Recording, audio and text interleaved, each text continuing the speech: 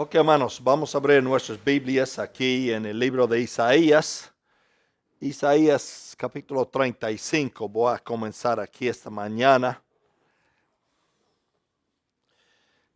Hay un solo camino al cielo. Ese camino es Jesucristo. Y Él dijo así en Juan 14:6, yo soy el camino. Pero la Biblia también habla de algunos otros caminos en la Biblia. Caminos que hombres caminaron. Y quiero mencionar algunos de esos caminos esta mañana. No sé si podemos cubrirlos. Tengo 6 escritos aquí. Y vamos a comenzar en Isaías capítulo 35. Isaías, el profeta, está recordando a la nación de Israel del futuro de Israel cuando Dios va a regresar a ellos y donde Dios iba a hacer unas cosas grandes para ellos. Lo que se describe aquí en capítulo 35 es el milenio y lo que la bendición de Dios sobre la nación de Israel durante el milenio.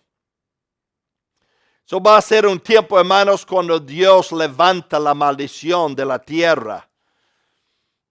Así dice verso 1, se alegrarán el desierto y la soledad, el yermo se gozará y florecerá como la rosa. Florecerá profusamente y también se alegrará y cantará con júbilo.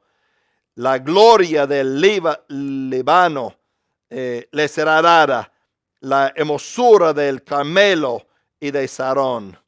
Ellos verán la gloria de Jehová, la hermosura del Dios nuestro.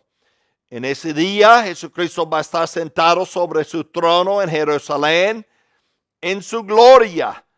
Y el mundo va a ver la gloria de Jehová en ese día. Fortalecer las manos cansadas, afirmad las rodillas endebles. Decid a los de corazón apocado, esforzaos, no temáis. He aquí que vuestro Dios viene con retribución, con pago.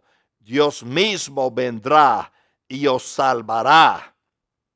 Ya sabemos, hermanos, que es Jesucristo quien vendrá. Aquí dice Dios mismo vendrá. Y la razón por qué dice Dios, porque Jesucristo es Dios. Entonces los ojos de los ciegos serán abiertos. Otra vez, hermanos, en el milenio, Dios va a hacer milagros para la nación de Israel.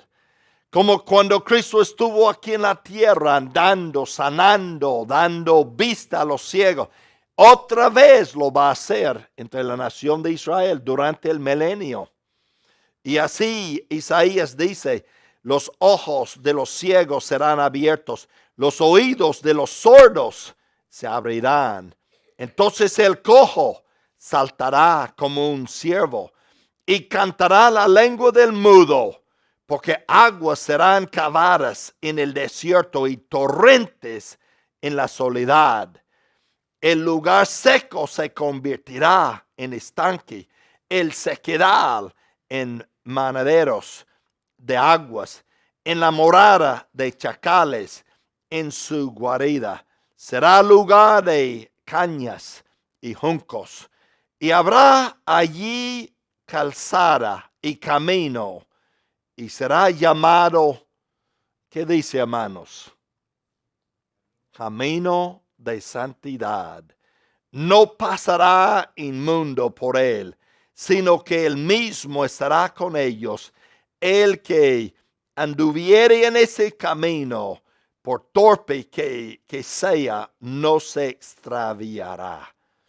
No habrá allí león, ni fiera subirá por él, ni allá se hallará para que caminen los redimidos.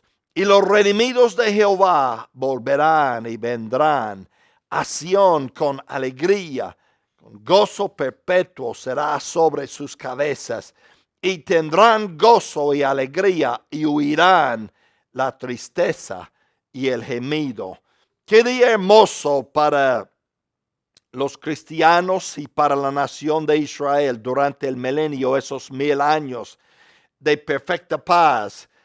Y habrá en ese día, los desiertos van a florecer como el huerto de Edén.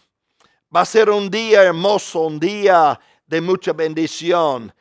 Y dice Isaías que habrá un camino durante ese día. Habrá allí calzado camino y será llamado camino de santidad. Porque el rey está en medio de Israel. Camino de santidad. Hermanos, encontramos en la Biblia que cuando Dios nos salva, y pues está hablando con la nación de Israel aquí, Israel todavía está ciega o ciego, no puede ver a su Mesías. Para ellos él era profeta nomás, ellos lo han rechazado. En los días de Jesucristo dijeron que su sangre sea sobre nosotros y nuestras generaciones. Y así, hermanos, ha sido a través de los siglos, esos 2000 años. Son muy pocos los judíos que han llegado al Señor a reconocerlo. De vez en cuando hay un judío que se convierte al Señor, pero no son muchos. Pero en ese tiempo habrá muchos que se convertirán. Inclusive Isaías dice que toda la nación va a convertirse como en un día. Van a aceptar al Señor y ser salvos. Pero hoy en día no es así. Pero él habla de camino de santidad. Le pregunto, hermanos, esta mañana, ¿está caminando en el camino de santidad?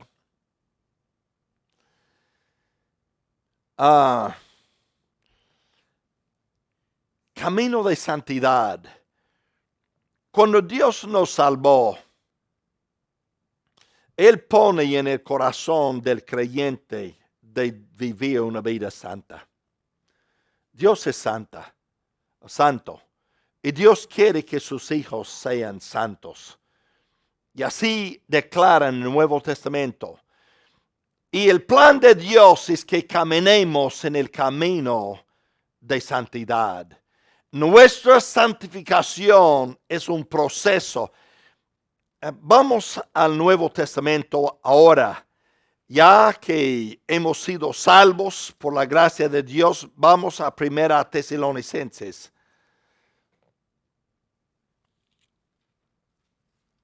Capítulo 4. Ese es el gran capítulo sobre el rapto, los últimos versos de este capítulo.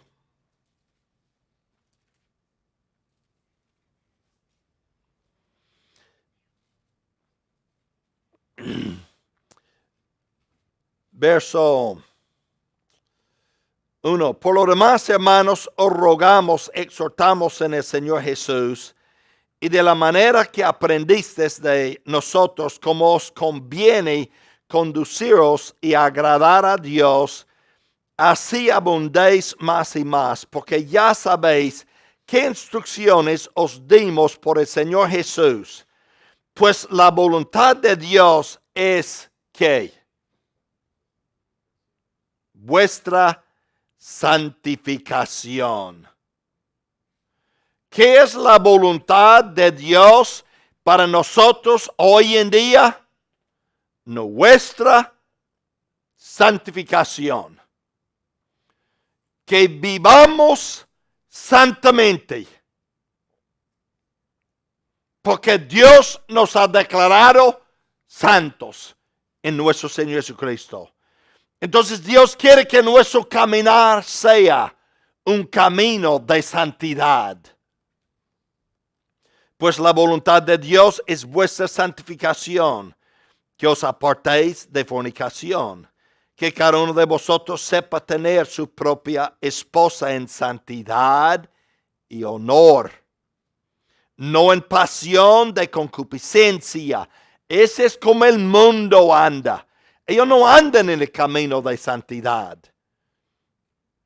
Como los gentiles que no conocen a Dios. Que ninguno agravie ni engañe en nada a su hermano, porque el Señor es vengador de todo eso, como ya os hemos dicho y testificado. Pues no nos ha llamado Dios a inmundicia, sino a santificación. Hay algunos hermanos que han dicho, pues si uno cree que uno no puede perder la salvación, que eso es licencia para vivir en pecado. No, hermanos. 1000 veces que no. Dios nos ha llamado a la santificación. El Espíritu Santo mora en nosotros. Nuestro cuerpo es el templo de Dios. ¿Cómo es que vamos a vivir en inmundicia y vivir como le dice aquí en 1 Tesalonicenses? Los que no conocen a Dios viven así, pero nosotros no. Hemos de caminar ese camino de santificación, hermanos, porque Dios ha puesto en eso en nuestro corazón.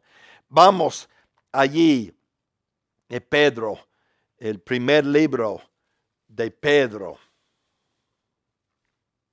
primera epístola de San Pedro, capítulo 1, verso 15.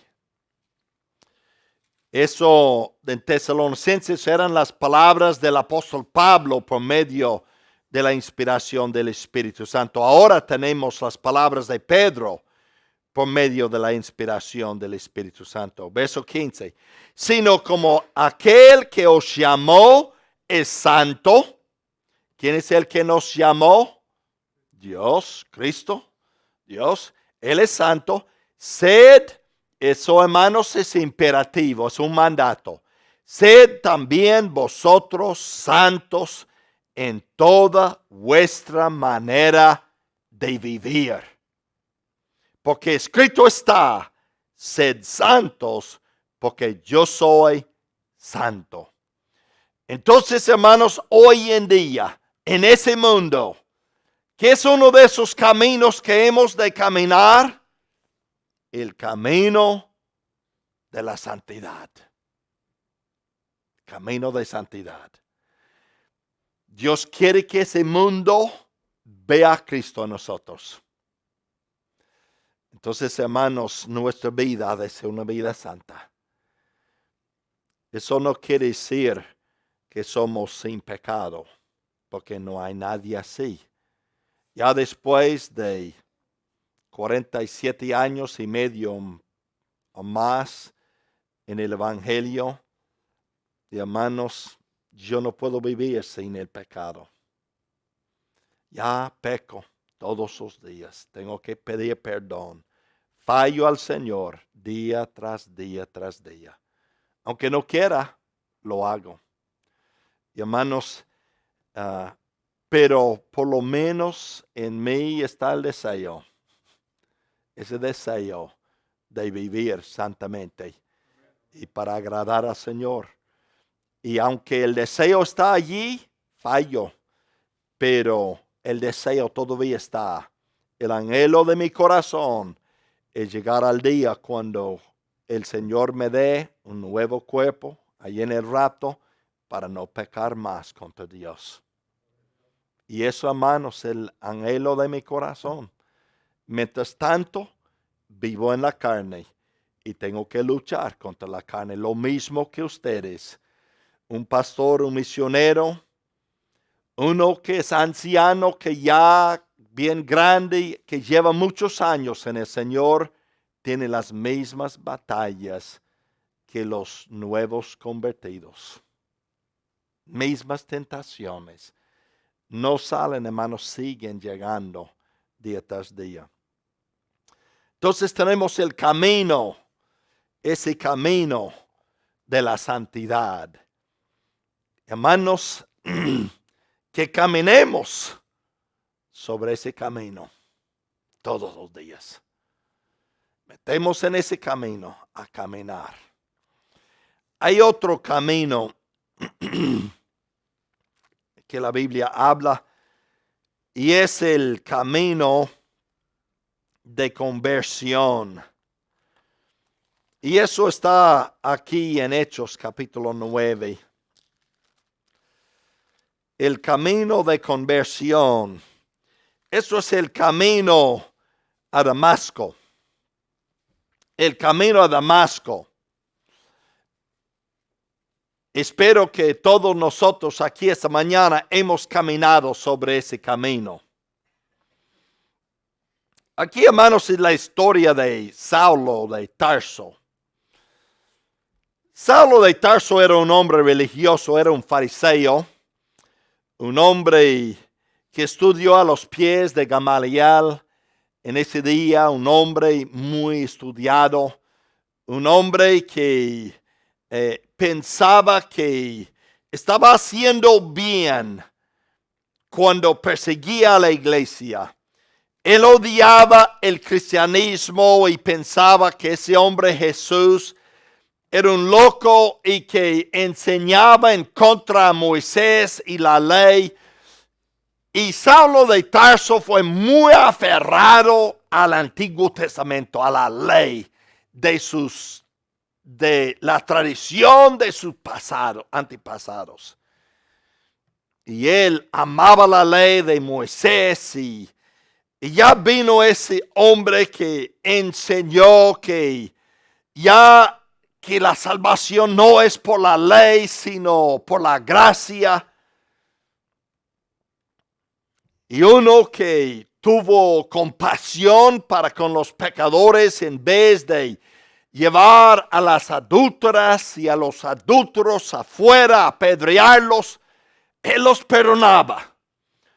En vez de apedrear a los muchachos rebeldes, los perdonaba. Y entonces Saulo de Tarso no le gustaba nada de eso. Inclusive en capítulo 7, cuando mataron a Esteban, porque Esteban habló a los líderes y dijo que ellos habían crucificado a ese Jesucristo, que era un hombre que ellos habían resistido al Espíritu Santo. Pusieron su ropa a los pies del apóstol Pablo, pero él miró la manera en que murió Esteban, con sonrisa orando por sus transgresores, los que le estaban matando. Él oraba por ellos. Inclusive, hermanos, hay un paralelo grande entre la muerte de Esteban y la muerte de Jesucristo. Un paralelo bien grande.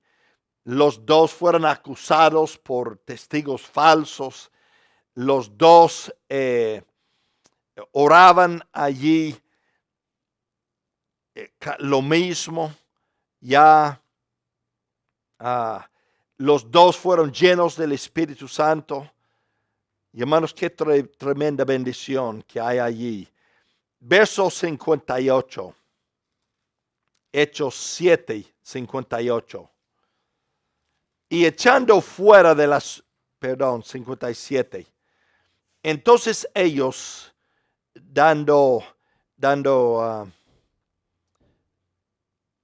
grandes voces, se taparon los oídos y arremetieron a una contra él. Y echándole fuera de la ciudad, le apedrearon, y los testigos pusieron sus ropas a los pies de un joven que se llamaba Saulo. Y apedreaban a Esteban mientras él invocaba y decía: Señor Jesús, recibe mi espíritu. Y puesto de rodillas, clamó a gran voz: Señor, no les tomes en cuenta este pecado. Y habiendo dicho eso, durmió o murió. Saulo nunca pudo olvidar esa experiencia, la muerte de Esteban. como Dios abrió el cielo y le permitió ver el cielo abierto. Y como él vio al Señor y lo que decía, eso fue una experiencia que Saulo nunca pudo olvidar. En capítulo 9 encontramos en verso 1 que Saulo, respirando aún amenazas y muerte contra los discípulos del Señor, vino al sumo sacerdote, pidió papeles para viajar a Damasco. Él iba a entrar en las casas a arrestar a los cristianos, a los que él decía de este camino. De este camino. En el tiempo de la Biblia llamaron el camino de Jesucristo el camino. Los de ese camino. Y eso fue su propósito en llegar a arrestarlos, llevarlos a Jerusalén y entregarlos para ser castigados. Pero en ese camino, hermanos, algo sucedió en su vida. Dios llegó y se manifestó a él en el camino. Allí en ese camino, Saulo de Tarso fue convertido. Él tenía sus planes para el futuro, pero Dios tuvo otros planes. Dios llegó a ese hombre y hizo una transformación de 180 grados. Y ese hombre que ya estaba persiguiendo a la iglesia de Jesucristo y a los hijos de Dios, termina predicando por Jesucristo. Miren lo que dice aquí en verso 17. Fue entonces Ananías y entró.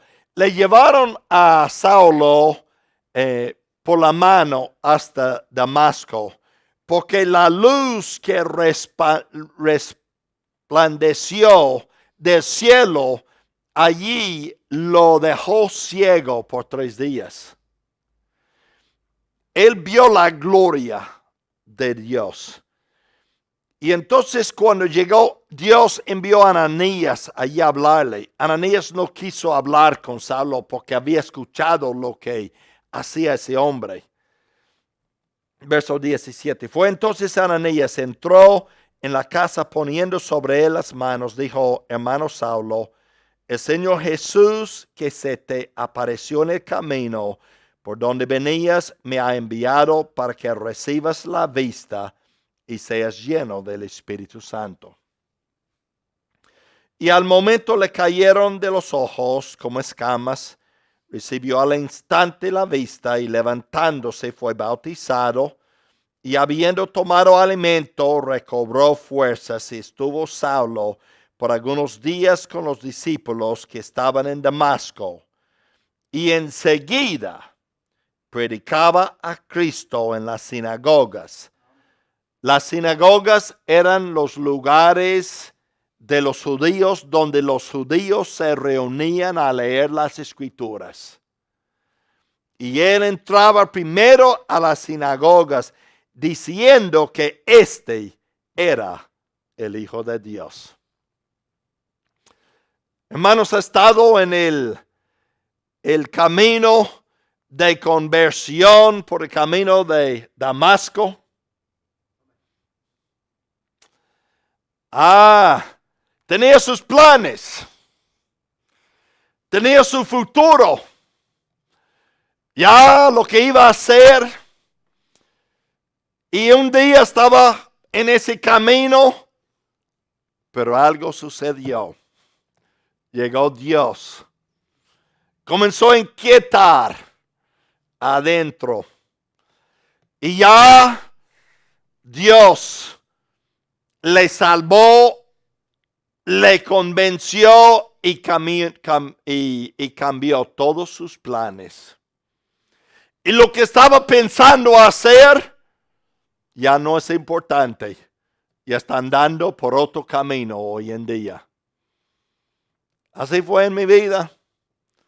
Fue en su vida, sí. Ha caminado por el camino de conversión.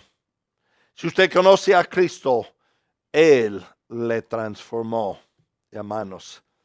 La luz gloriosa del Evangelio resplandeció en su corazón.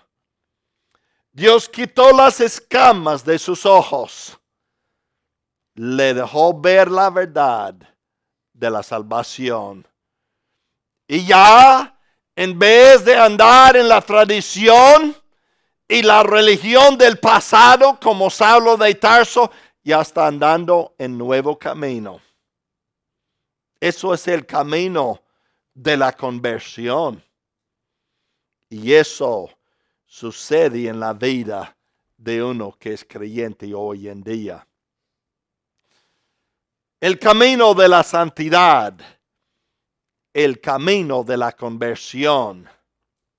Uno tiene que caminar por el camino de Damasco de conversión antes de caminar en el camino de la santidad. Ahora, vamos a mirar otro. Lucas capítulo 24. San Lucas capítulo 24. Hay otro camino aquí.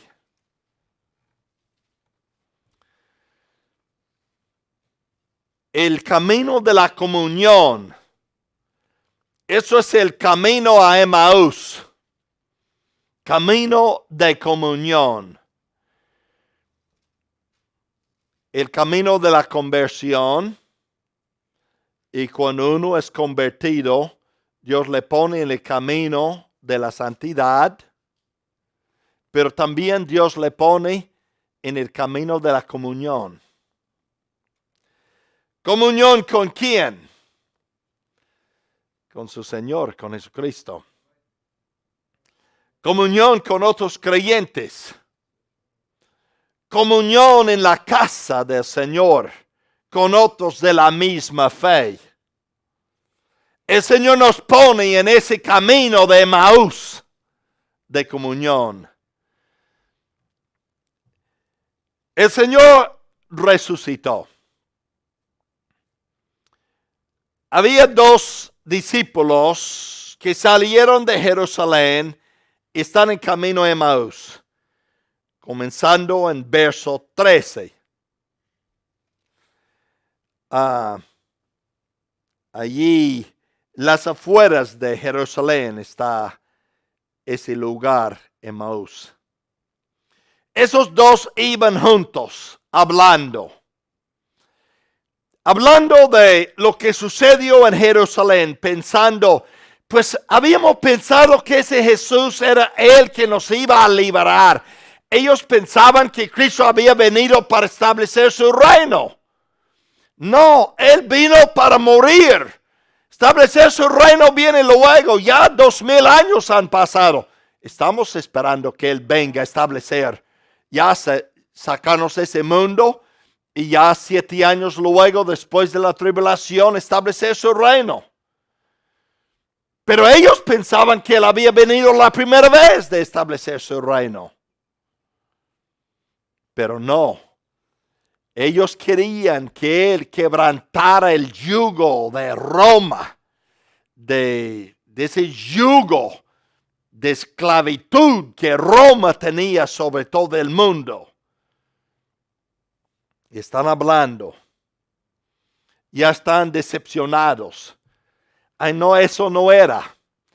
Porque mire cómo lo crucificaron y él colgado en una cruz romana y allí murió. No era. Ay, qué tristeza. Pero también estaban hablando porque las mujeres habían llegado temprano de mañana y encontraron que la piedra no estaba y dijeron que estaba resucitado. Entonces están confundidos con todos esos acontecimientos de los últimos 3 días. Verso 14. E iban hablando entre sí de todas aquellas cosas que habían acontecido. Sucedió que mientras hablaban y discutían entre sí, Jesús mismo se acercó y caminaba con ellos. Mas los ojos de ellos estaban velados para que no le conociesen. El Señor no los permitió verlo como era.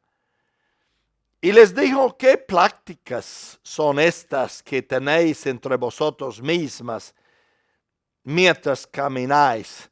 ¿Y por qué estáis tristes?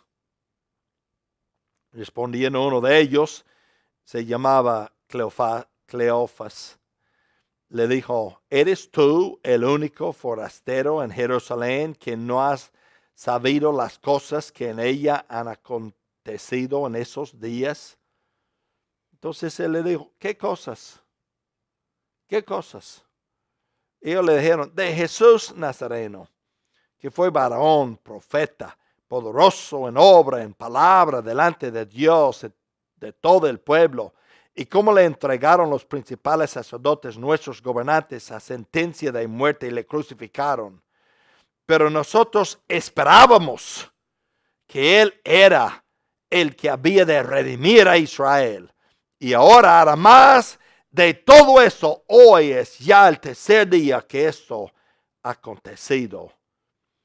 Aunque también nos han asombrado unas mujeres de entre nosotros, las que antes del día fueron al sepulcro, y como no hallaron su cuerpo, vinieron diciendo que también habían visto visión de ángeles, quienes dijeron que él vive.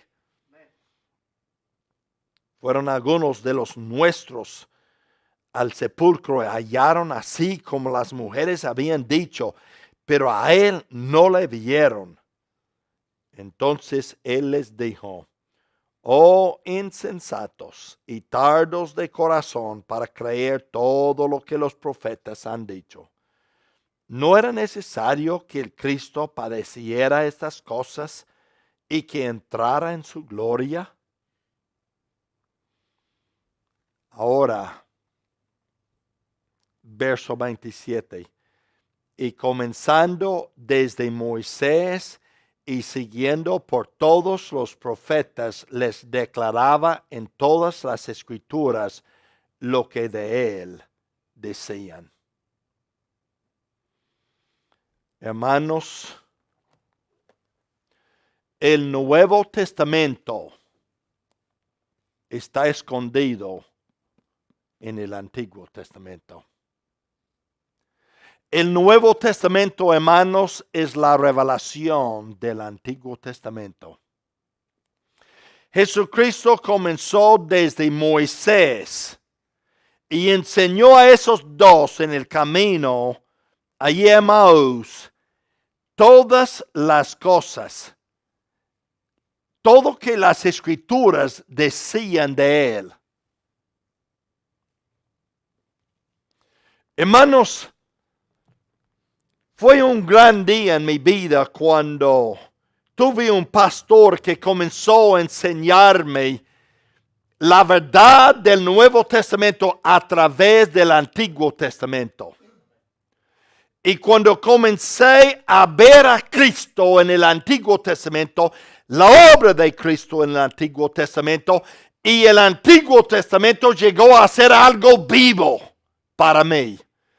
No era nada más que una historia, pero una realidad del Nuevo Testamento. Y ese verso aquí aclara ese asunto. Tal vez Cristo les habló de la serpiente en el desierto, que Cristo mencionó en Juan capítulo 3 del nuevo nacimiento, como el hombre ha de nacer de nuevo. Es la razón por qué él preguntó a Nicodemo en capítulo 3, ¿Eres tú maestro de Israel y no sabes estas cosas? Si tú eres maestro y conoces bien el Antiguo Testamento, tú debes saber esas cosas porque ahí están escritas.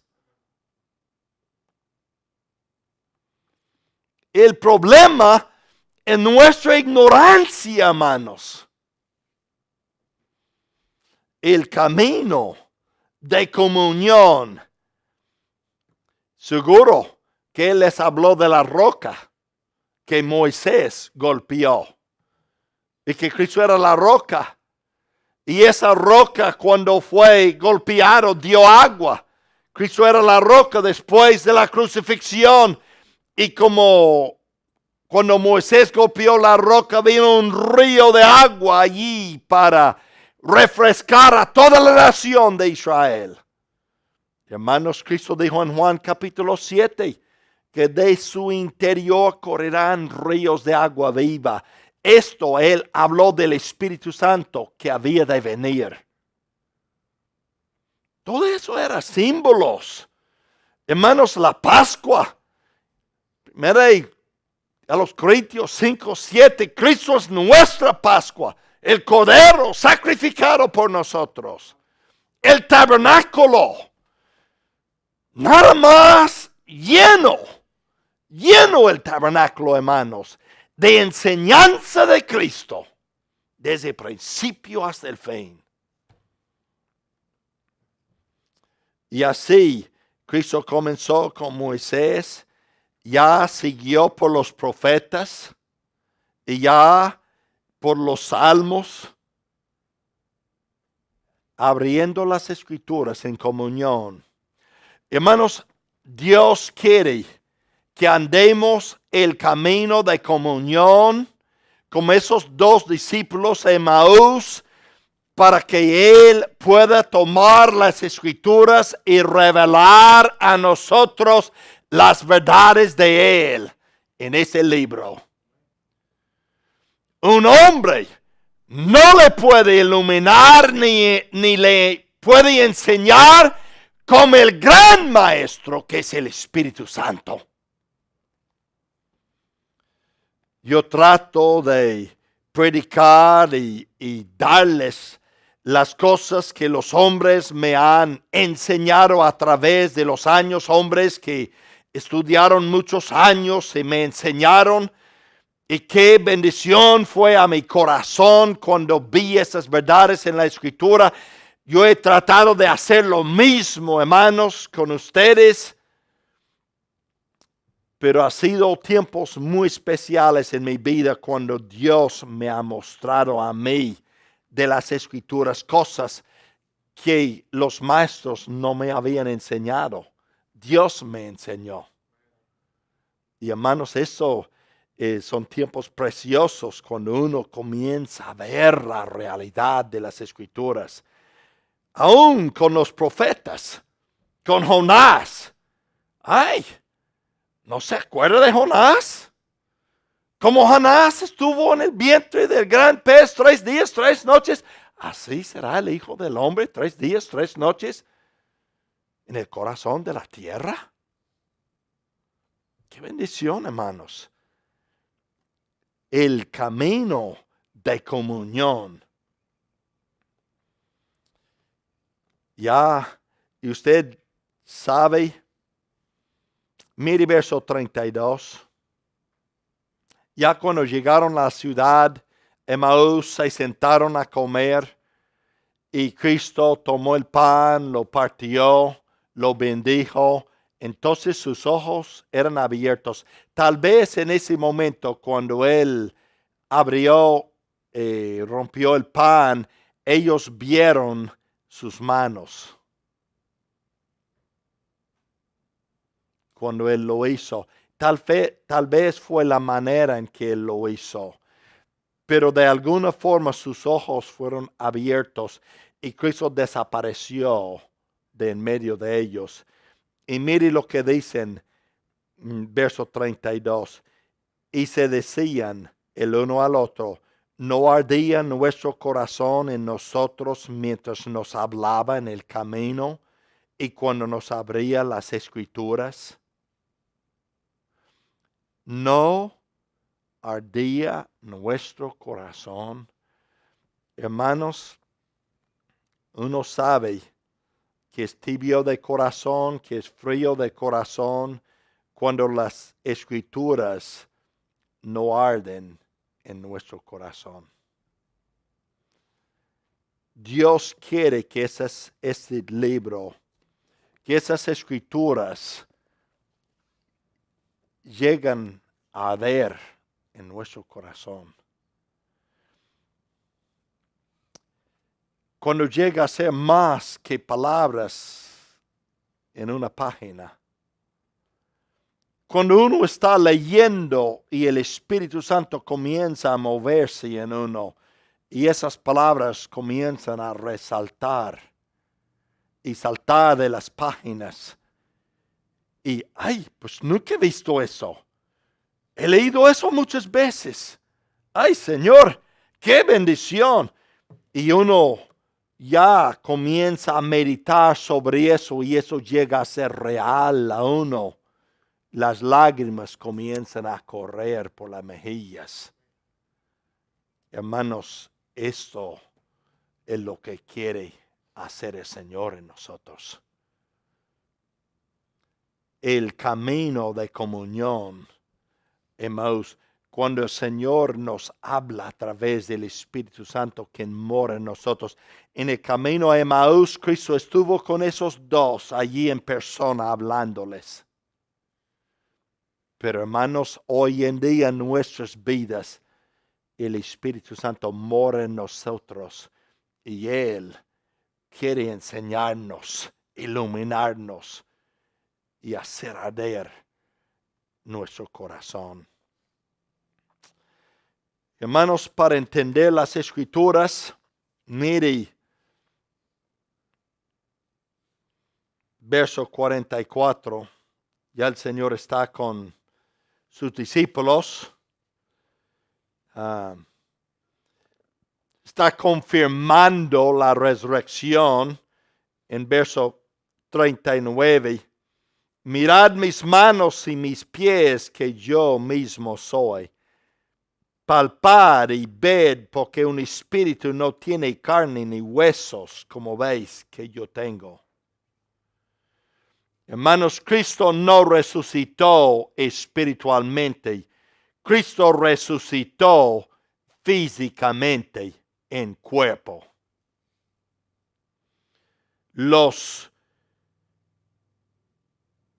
testigos de Jehová no creen en la resurrección corporal en cuerpo de Cristo. Creen que Él resucitó espiritualmente. Cristo está allí con ellos. Un espíritu no tiene huesos ni carne como yo tengo. Palpadme. Mirad mis manos, mis pies.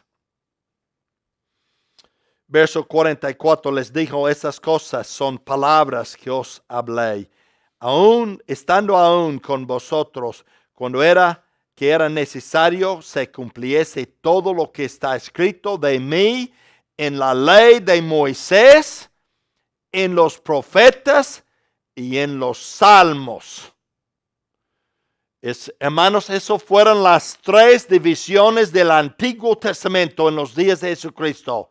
Moisés, el Pentateuco, los primeros libros, la ley, los profetas y los salmos.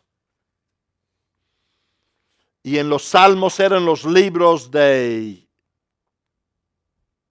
poesía, de Job, los salmos, los proverbios, cantares, esos libros allí de poesía. Entonces les abrió el entendimiento para que comprendiesen las Escrituras. Ok, ¿y usted entiende las Escrituras? Vamos a ver. Si usted entiende las Escrituras, entiende tres cosas. Verso 46. Les dijo, así está escrito, que así fue necesario que el Cristo padeciese y resucitase de los muertos al tercer día, y que se predicase su nombre, en su nombre el arrepentimiento, el perdón de pecados en todas las naciones, comenzando desde Jerusalén. Así. Si usted entiende eso, hermanos, si usted entiende las Escrituras, que Cristo tenía que morir, ¿por qué? Porque la humanidad es pecador. El hombre no puede salvarse a sí mismo. Cristo tuvo que padecer por nosotros. Así dice Isaías 53, muchas veces en el Antiguo Testamento habla de eso. Que Él tuviera que resucitar de los muertos al tercer día, como las Escrituras dicen. El libro de Hebreos capítulo 11, Abraham creía en la resurrección. Job creía en la resurrección. Esos hombres de la Biblia creían en la resurrección, aunque nunca habían visto una resurrección, creían en la resurrección. Y que ese mensaje de la muerte, sepultura, resurrección de Cristo, que es el Evangelio, fuese predicado en su nombre, en el nombre de Cristo, el arrepentimiento y la fe en Jesucristo para recibir el perdón de pecados en todas las naciones, comenzando desde Jerusalén. Me seréis testigos en Jerusalén, en Judea, en Samaria, hasta lo último de la tierra, cuando reciben el poder desde lo alto. Esto, hermanos, fue. Si usted entiende eso, usted entiende las Escrituras. Ese púlpito no tiene que ver con la política. Ese púlpito no es para proclamar los lugares sociales de la sociedad. Ese púlpito, hermanos, es para proclamar el Evangelio. Porque no me avergüenzo del Evangelio. Porque es poder de Dios para salvación a todo aquel que cree. Y así es. De vez en cuando mencionamos la política. De vez en cuando mencionamos esos problemas sociales. Pero hermanos, el propósito, lo único que puede salvar, si pudiéramos cambiar toda la política aquí en esta tierra, y el hombre no tiene cambio de corazón, no hemos hecho nada. Cristo no trató de cambiar Roma, no, ni cambiar el sistema en ese día. Vino a darnos el Evangelio. Ok, esos son 3. Me falta el camino de servicio a Jericó, el camino de misiones a Macedonia, el camino de compañerismo allí en Hechos 28 y el camino de conducta por el camino angosto. Faltan 4 más, pero ya son 3. Caminemos, hermanos, sobre el camino. Ya hemos caminado por el camino de conversión. Ahora estamos en el camino de santidad, el camino de comunión. Que estemos sobre esos 2 ya que estamos salvos o somos salvos por la gracia del Señor. Padre, bendice la clase esta mañana y esas enseñanzas en el nombre de Cristo.